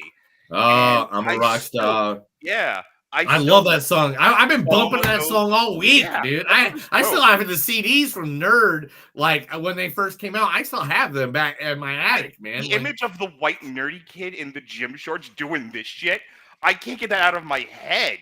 I love that video. That song is great. I kind of vaguely knew who the Neptunes were. And then there's this large block of my life where I couldn't have picked Pharrell out of a Police lineup. And I knew Happy. But if you had told me prior to this movie, who does Happy? Pharrell, Usher, or Metallica? I would have guessed possibly Metallica. I don't know. I don't know anything about this guy. I knew. I was pretty aware of Pharrell's music, especially Happy, because you couldn't escape it. Happy for a while. Pharrell is actually no. My answer would have been Weird Al Yankovic. That would have been my answer. Also, also that punk song he did, but like I said, I did not enjoy myself. I did enjoy myself in this movie. There are other things that I've seen way shittier movies than this year. I enjoyed my time watching this, but it's not gonna make my top 10. Okay. Oh, easily. I mean, it's easily one of the best movies I've seen all year. Easily. I don't know. I think it'd be like Deadpool and Wolverine, and then this movie. I think will be second. Because there's two parts in this movie that, like, as a male human being that has worked in music and in the musical industry for pretty much my entire existence, I know Pharrell. I know Pharrell well. I've played all of everything that's on his soundtrack for this movie. I have played that in so many clubs, so many times. I have lap danced, Rockstar, every Blurred Lines, whatever, Keep on Dancing. I mean, I had like an 11-minute stretch of that song once that I did with vinyl. And so Pharrell has been one of the producers that literally from ever since, Rum Shaker till now is one of the most used in the club. Get the beat going. We're being happy. We're going to, He really is one of the ultimate, his music, but you don't know his name. You've heard his music because it's that pervasive in the culture. I want to say this, in terms of craft, I thought I was in trouble at the beginning of this movie because the first question out of the documentarian's mouth is, something along the lines of, where do we begin? And we're like, oh, where are you from? He asked him a very innocuous question. Where are you from? The answer is Virginia Beach. The first words out of his mouth were, I'm from the mud. And I was like, oh, if this is one of those esoteric weirdo fucking movies where he just rambles incessantly and makes no fucking sense, I'm walking out of this theater. Like, I can't. Oh my God. I thought that was going to go that way too. I totally agree. He had 90 minutes of fucking nonsense coming out of this idiot's mouth. I can't take it. But no, he quickly transitioned from that to, I'm from Virginia Beach. Can I just say something real quick? Yeah. PG Spray? Oh, yeah. PG Spray is. I have to say, it's gimmicky that they did this with Legos, but in a way it was perfect. And there were two examples of how perfect it was to use Legos to tell his story. One, he uses the phrase, we're stacking beats. they're creating and cataloging and storing beats for musicians that they can quick pull when they have a project they need to do. Instead of trying to just come up with stuff on the fly. Back in the day, it was either on vinyl cassettes or you'd have books of CDs with all the beats in them and stuff like that. And usually they'd be copyrighted off the back. I had like this guy named DJ Ralphie that used to hang. He's the first one that actually, I think I can't remember. I think it's like 96 or 97. That was the first time I ever heard stacking beats. It makes me wonder if people like what this hard drive would look like right now. You know what I mean? So the way they do it in the movie is they literally build a shape out of Legos, and you see them like on shelves. I'm like, that's a really creative use of this medium, to the stop motion animation with the Legos, and we'll represent beats with little Lego things. That was really cool, and I thought a really inventive use of this. The second time, and it made me. It's got the biggest laugh out of me throughout the entire movie. And it's not like a comedy or anything; it's a documentary. But occasionally something funny is said or happens in the movie. And the biggest one was when he gets the intern to be their manager, and they're taking him around to different record labels, and and I don't remember the song, but it's like Rockstar. It's really heavy, and he's just kicking in the door, and he's doing this, Yes. And he's like, I'm here, I'm right here. And he's talking about how like Pharrell had this really infectious, over the top, almost toddlerish energy. And it's being represented by this little Lego guy doing splits and moving up and down with a big smile on his face. And it's like, you maniac. And I cracked up laughing. And I was like, well, that's a really fun use of Lego. To go back to the beginning of this, you're like, who is this made for? Well, Pharrell obviously has a vision, a sort of weirder than normal way of looking at the world. And I think he made effective use of the Legos when he was talking about seeing things in color, and Legos being a good representation of that color. And I would happen to agree. I was skeptical about this as a gimmick, but I absolutely think everybody involved took great pains to make sure that this as a Lego movie was different and effective, which I think is why it's in my top 10. This is probably the most... I didn't know what fever dream I was walking into. Yeah, it's the most different movie I've ever seen that wasn't like, a weirdo horror movie where they throw guts at the camera. It's or like one of these not bad, but I'm talking about like at this point, how many musical bios have you seen in the last 5 years now? I mean, like what we've seen Queen, Elton John, Marley, Amy Winehouse. I keep on forgetting her name's not Crackhouse. Anyway, before that, Ray, Walk the Line. Well, I mean, those are older. But like in the last 5 years. I think they never go away. Yeah, that's true. I don't think they've ever gone away either. I think they've been going since the 80s. You want to keep going back further? How about The Doors? Do we need a 2.5-hour movie about The Doors? No, we don't, ladies and gentlemen. I can tell you this yes, right we now. do. I'm drunk. I'm nobody. I'm drunk. I'm famous. I'm drunk. I'm fucking dead. Sorry. So, oh my God, I can't remember who told me that joke years ago. That's Dennis Leary, by the way. Mark, how'd you kids like this movie? They loved it. We all did. Yeah. They were like, we were all like dancing. This will be one of my highest rated movies of the year. What was that, Neil? I said this will easily be one of my highest rated movie of the year, man. This is like this one. There's one spot when he was like the astronaut, and he like looked back at the Earth, and he's like, and then I realized that we're all just individuals on this one little dot, and that we're all people. Like I mean, stuff like that with those deep. Well, like, he was paraphrasing. He was paraphrasing Carl Sagan, which I laughed at when he said Carl Sagan, but I like. Okay, yeah, but my point of that wasn't just because of that scene. I'm saying there's several points in this movie that are very deeply like philosophy, like about having the person watching the movie not just be in a movie, but ask questions to yourself about how to make yourself a better human being on the planet that we are on. And like, it's not just that. I could go back through and point out like Like I think it was right before the McDonald's part of the thing when the dad was like, I forgot he wrote McDonald's. Right there before there's a part that he says something that some of it I don't want to ruin too much because I feel like this is an actual kind of a movie where it's like, you're living the life of a dude. And if you haven't, say this, Pharrell's music didn't make me a fan of Pharrell. This movie did.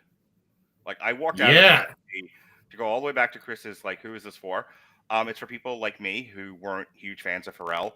Like, who doesn't like Happy? It's like the most generically pleasing song to be written in the history of music. Right. But I wasn't a fan of Pharrell. I don't care. And then I watched this movie and I'm like, he's a good dude. He's a really creative dude. He's a really smart dude. He's a really talented dude. This is a dude I want to continue to support. That's the effectiveness of this movie. I've listened to everything Pharrell since I've watched this movie. Like I have just been jamming the beats throughout my house. I'm sure my wife is so tired of hearing Happy, Drop It Like It's Hot, Rockstar, Lap Dance. What was?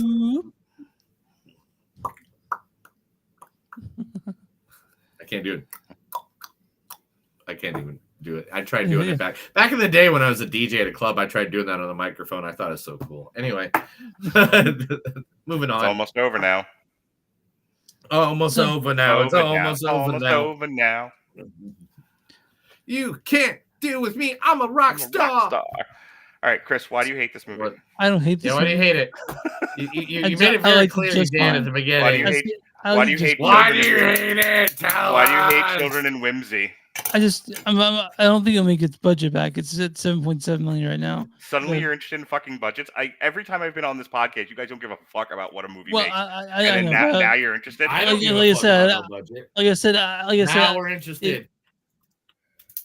We're interested because, like I said, my question still wasn't answered. It's almost over now. It's almost over now. But I'm glad you guys got something out of it. Hang on, you pretentious son of a bitch. I have seen you review every gay cowboy eating pudding, throwing my guts at the fucking camera movie for the last year and a half, many of which made up fucking city. Suddenly, you're like, I don't like it. Who are you, Robert Winfrey? This doesn't appeal to me, so it's bad. And now I didn't say it was bad at all. I never said it was a bad movie. I liked it just fine. If you give this a worse rating than some of the stuff we give on Panic Fest, I am gonna get up and walk out. And you guys can finish the fucking. I want to know. Did you like this more or less than Beau Was Afraid? I like this more than Beau Was Afraid. Oh my god! All right, I can keep coming back now. Because this one didn't confound me. This one I wasn't confounded by piece by piece. I was confounded by Beau Was Afraid. Beau Was Afraid is more fun to talk about. I saw that. Oh, and by the way, Beau Was Afraid didn't make a lot of money either. Huh? I really love, dude. No, this one I like just fine.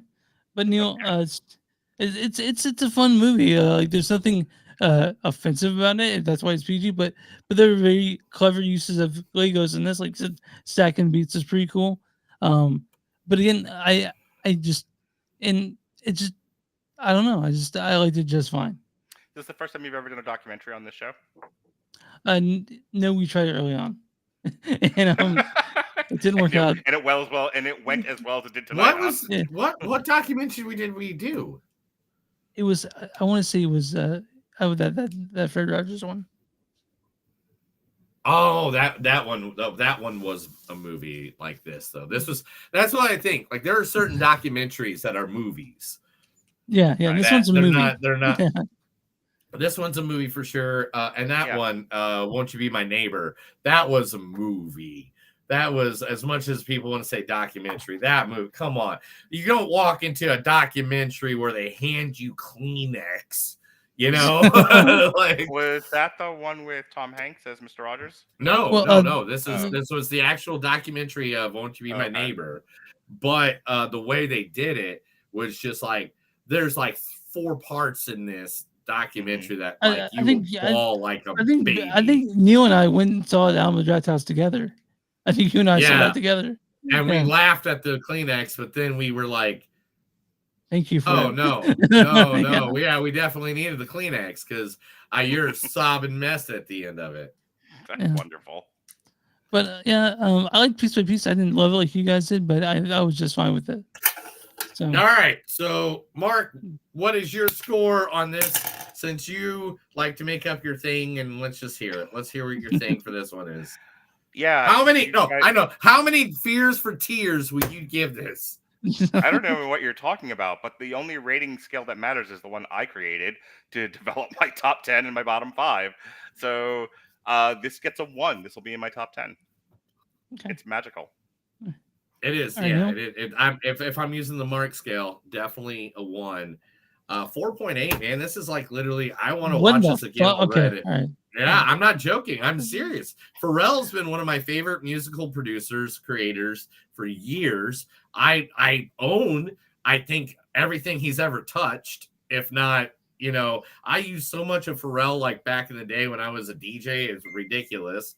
I mean, God, I think Get Lucky by fucking Daft Punk. I made so many people's ears bleed with that, it's like, but he's one of my favorite music guys in history. This movie did such a great, I didn't know any of his story except for what I knew, that he, played in a band.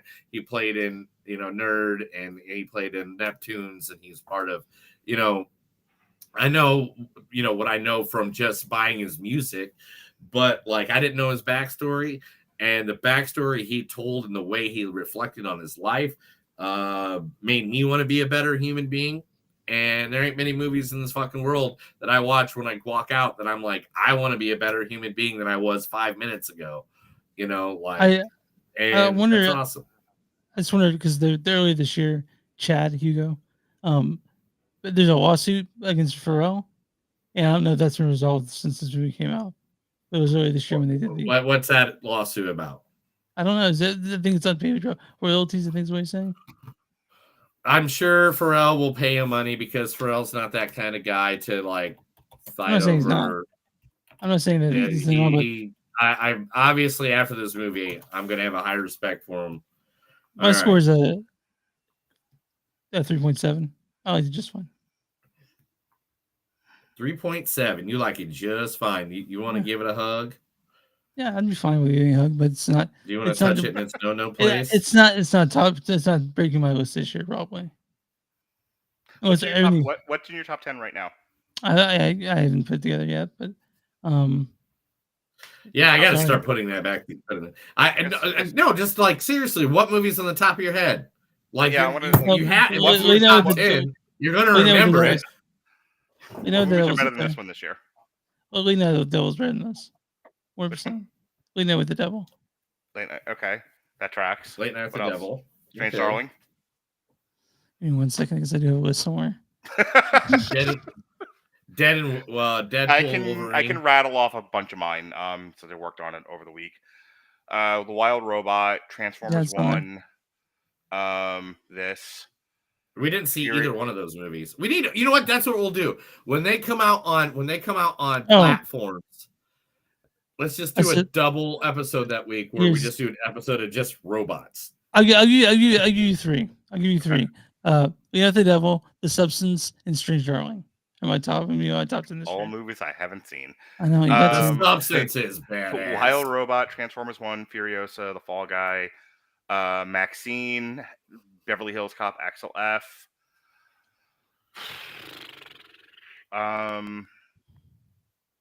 I don't remember what else I put on my number ones. Oh, Dune Part 2.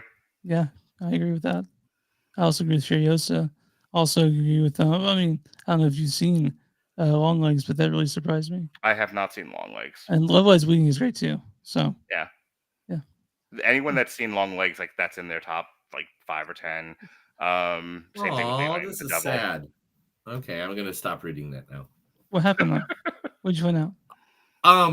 So it's basically the two of them were Neptunes forever and stuff like that with the other guy every now and then, and now they're in legal dispute over the name because I guess they're separating, and they think now Pharrell Williams is trying to over control it. But the thing is, I don't know how much of that he made, and so I wasn't there. So I can't. Is it Neptunes or Nerd? What they're talking about that? It's over the Neptunes. Okay, well, interesting. About getting the rights for the name. Yeah. Okay, well, hopefully they figure that out. Me, I'm a rock star. But I'm on RottTomatoes.com right now. What is the audience score for Piece by Piece? 81%. 90%. Nice. Yeah. Woo! See, doesn't feel. Yeah, me and Mark are validated. All right. Audience says, Dance to the Beat is inspiring biopic that uses Lego animation to creatively tell the story of the music giant Pharrell Williams' rise to fame piece by piece. All right, Neil, what's the audience score? What's Craig's score for Piece by Piece? 92%. 84%. Certified Rich. Oh, they went low on me. Craig's I hate it when they go low and not high. Yeah. A highly unusual twist on documentary format that somehow works seamlessly. This kaleidoscopic overview of Pharrell Williams' career is a lively testament to the power of self-belief. So a really good review and a bad review by the critics here. Give me 1 second because I fucked it up. Okay, this is a bad review from Patrick McDonald. He said, you will believe that a man can write a love letter to his life in the Lego animation. Yes, the visual element is cool, but the story is something you would turn off if it was a My MTV Behind the Music episode. But Pharrell is happy. Bad AI. This is from Sandy Chin. Common Seas Media. It says, this is an inspiring, unforgettable documentary about one of a kind artist who's never been content to color within the lines for his art. So that's Piece by Piece. This is in theaters for probably a couple more weeks. So at least another week or two. Yeah. At least another year. My other question to you guys, which do you think will make your bottom 5? Venom, The Last Dance, or Kraven the Hunter? Okay, I have slight hopes. I have slight hopes for Kraven. I do know. God, do you? That's my pick. Slight hips, but I do. But I'm already fucking hating the idea of going to Venom. Are you really? Yeah, I'm hating it. Okay. I assume that's the next one on your list to review. I love Tom Hardy Venom. I love the storyline. It's probably one of the best trilogies. You gotta be out of your fucking mind. You gotta be out of your fucking mind, you know. It's more to the story than the Christopher Nolan universe was. Oh my god. But anyway, since I actually read comics, I like the Venom movies. And I can't wait for the third one. And I'm hearing nothing but good things about it from around the net. Okay. So like they just did a premiere this weekend at New York Comic Con, and there's people that are have been giving it great reviews. I can't wait till it's over. but I want more. Give me more Venom. I want Venom everywhere. I want Venom all over my face. How does Robert feel about Venom, by the way? I fucking hates it. Okay. Robert notoriously hates the Venom movies. I'm with him. I don't. Robert hated the country of China because of Venom. Oh wow. Why? Because the first one did really, really well in China, and that's what got it its sequel. Like China single-handedly carried, kind of like the Warcraft movie. China single-handedly carried Venom. I can't wait. I mean, whatever. I can't believe that. That's awesome. But yeah, Kraven the Hunter looks almost as bad as Madam Web, which is in my bottom 5. Yeah, but Kraven the Hunter is supposed to be super fucking bloody and violent. But that's only. Is Madam Web still 2024? Yeah. Yes. Oh my gosh! It came out about like 9 days. I was dating a different woman at the time. I took her 3 kids who don't go to the movies, and my 2 kids. My son shot the funniest fucking TikTok at the end of Madam Web, where I have her kid like walk into frame, and my son just like tackles her. It's like, "Ma'am, are you about to go to see Madam Web? Well, don't. And here's why." And he goes into a fucking rant about how awful Madam Web was. I'm thinking like, you know, that's amazing. I'm thinking Frozen Empire might show up in my worst movies this year. Which one? Suppose Frozen Empire, the Ghostbusters movie. Oh god, that's a solid 2 for me. Did we watch a Christopher Nolan movie this year? No, you need to fucking calm down. I'm sorry that you didn't make your Joker. Last year, you dickhead. Rebel Moon Part 2 will definitely be. I need to give him another negative review. Oppenheimer is good. Now I need another negative. Well, I mean, tell you I'm what, sure he'll make another movie that I we can't haven't understand. seen the second Rebel Moon movie, but I don't want to. But I have plenty to fill out my bottom 5 now. After watching Unfrosted, Uglies, and Night Swim. Ugh. Oh god, dude, Uglies is definitely my top worst movie seen this year. Did we watch Night Swim? My bottom 5 right now are Madam Web, The Crow, Uglies, Unfrosted, and Night Swim. Yeah, that's solid. Yeah. Yeah, Neil's already the Crow is already in his. Yeah, The Crow has. It is by far the worst movie made this year. The Crow. Yeah, that's probably my number 1 at this point because like as much as I'll go with any story. Like this is again, you guys know my theory on comic book movies. Literally, I'll go with any story if the story makes sense. Right. But if the story doesn't make sense, like the Nolan universe, it doesn't fucking work. Then I don't think I can ever back it, and that's just the way it is. All right, I've hijacked your show long enough. I'll shut up now. I like that. That was awesome. That was a good talk. People will enjoy that. I'm sure someone's going to be spanking it or taking a poop listening to this. I hope you're jerking off while taking a poop. I think. Oh, is that a plumpkin? Is that what that called? Is it? I don't know. I'm not from your country. Yeah, he is in Florida. It's a whole other place over there. You can find us online at moviesdonsuck.net. We're at facebook.com/podcast. We're at X and GS Podcast. We're Instagram to the podcast. We're on wtm.net.com. So you can do Movies.net. You'll find us there on a bunch of really cool podcasts that Mark's put. We're on patreon.com/moviesdonsuck. We're on YouTube at Movies Don't Suck Podcast. And we're doing podcasts on Movies Don't Suck. Send it to you. Like, subscribe, share with your friends, all that shit. Mark, why don't you detail again? Well, after I'm done recording with you guys, I have a hot date with a girl from Kansas. It's Alexis Haina. Hey. She is hosting TV Party tonight, and we will be talking about Hysteria, which is the streaming TV show on Peacock. This is season 1, it's about the satanic panic of the 80s. How is that, by the way? It's worth a watch. It's not good. It's not Earth-shattering. What is it called?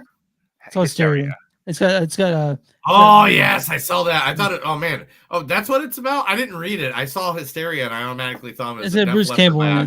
Yeah, that was her pitch to me. She was like, "Hey, you like metal? This is about metal, the Satanic Panic, and it has Bruce Campbell in it." I'm like, "All right, sold." Yeah. So, talking about metal for 5 seconds. Did either one of you guys see Ozzy Osbourne's induction into the Rock and Roll Hall of Fame this past Sunday?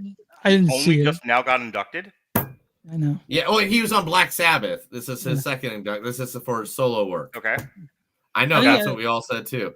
I mean, oh my God, go back and watch that. How's he looking? That is badass. How's he looking? He's dying. He can't even sing. Yeah. So they had Billy Idol. They had Jelly Roll. They had Maynard was there, right? Maynard was there. Maynard opened it up. Yeah, Maynard opened it up. Like it was a good little set, and I was like, "Yeah, Ozzy! Oh, you're so old now. You make me feel old. I'm dying too. I gotta buy a coffin. Yeah, so you'll be doing your stereo after this, right? Yes. Okay. Sorry, we're back to me again. Yeah. So I will be live streaming from W2M Network on YouTube. I'll be streaming on my Facebook and Rattlegion Broadcasting Network Facebook. We'll be doing the TV party for Hysteria. All of our audio stuff is Rattlegion Broadcasting Network on Apple Podcasts or Spotify or wherever you listen to podcasts. If you like this pretty face, and really, why wouldn't you, ladies and some men? I gotta throw the Popeye in there now. You can check out all of our pretty faces on W2Mnet.com. That's our landing page, and we are W2M Network on YouTube. I'm done talking now. Neil, who would you small business? Dude, you know what's really funny? Like right now, each one of us has one viewer on every page. That's amazing. That's just hilarious. Anyway, small business. If you got a small business, let us, write us, email us, send a pigeon, whatever way you can get in contact with us. And we'll be more than happy to promote you on this show right here with our thousands of followers, our millions of wait a minute, I did it wrong. Our thousands of listeners, our millions of followers, and just like earlier when Retris told me to do that. The owner actually told me to do that one. Oh yeah, you guys ready to get out here? Not I kill you in your dreams, and I'm like, why? No, I'm just kidding. I didn't have it. All right, let's get out of here, guys. Fuck. That's another episode of Movies Don't Suck and Something New. My name's I just Neil. want to go home. Sorry. I'm Chris, and I'm too busy laughing. Okay, so that's laughing. That's smart. Remember, All right, guys and girls, no matter what you do, if you want to be the woman of ours, sometimes you got to give them a piece of that piece. Have a good day.